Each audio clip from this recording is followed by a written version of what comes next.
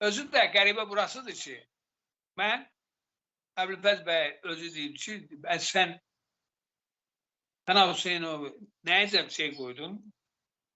Baş nazir. Heydər Əliyev xahiş eləmişdi. Birinci də istifa verən Pənah Hüseyn oldu baş nazir. Niyə? Ulan yəni hamısı araşdırır. Hamısı da öz yerini tutacaq. Sadəcə olaraq ən böyük biclik, düzlük bu millətin başına asılan oyunun səbəbi, səbəbkarları ortaya qoyulmasa bu millət bəladan qurtarmayacaq. İstəyirəm bəy, tamaşaçılar üçün deyim. Mənə indi Allah rəhmət eləsin, Elçi bəy yoxdur da. Elçi bəyin uşaqlıq dostu. Ulan, bir yoldaş.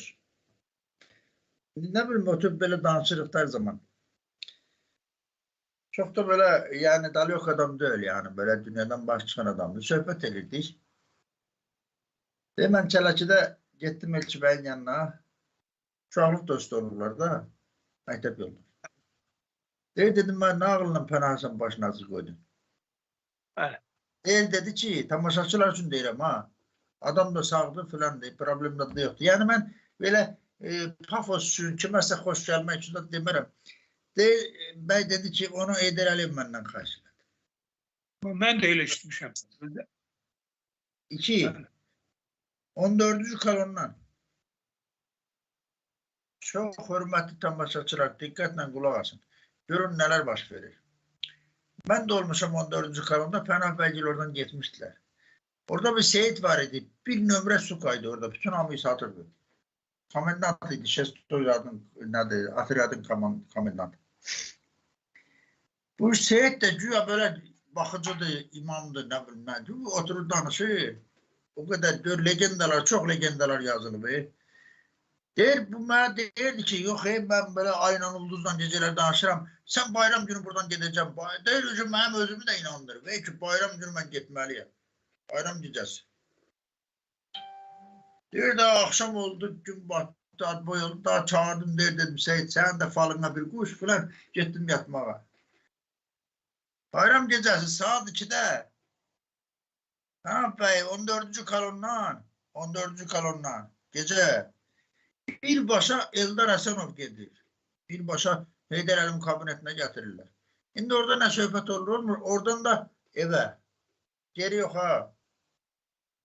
İndi bunlar demokratiyadan danışırlar. Ay antidemokrat bir de. Ya kardeşim sen hiç olmasa bunun bir adı var da. Yani adamı məhkəməyə eləyirlər, danışarlar, sonra da gider 1-3 gün, 5 gün məhkəməyə sararlar. Bir insan da türmədən çıxmağa yolu. Əf fərmanı verər, ekskluziv.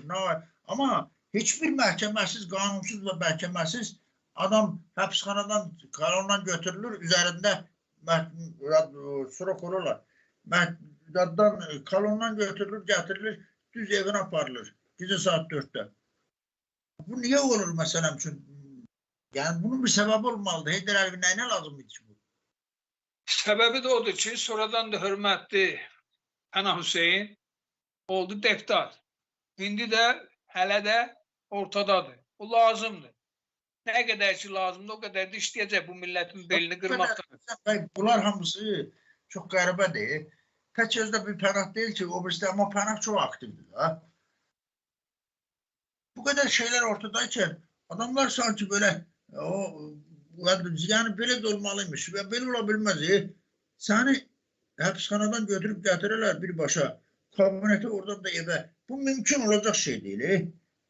Mümkün olacak şey değil. Bunu senin için elirlerse bunun arkasında neyse var demek. Hani ne demek? İstəyirəm orada deyir ki evvelceden söhbəti böyle getirir ki sen deme o fala bakanın falı düz çıktı. Ha bildin mi? Baha. Fal düz çıktı. Demək istəyir ki, o fala bakanın falı bəni çıxartdı. Şimdi böyle şeyler yoktu. Her şeyde ödüm ben deyirəm. Adamı danıştırmayın. Her şey.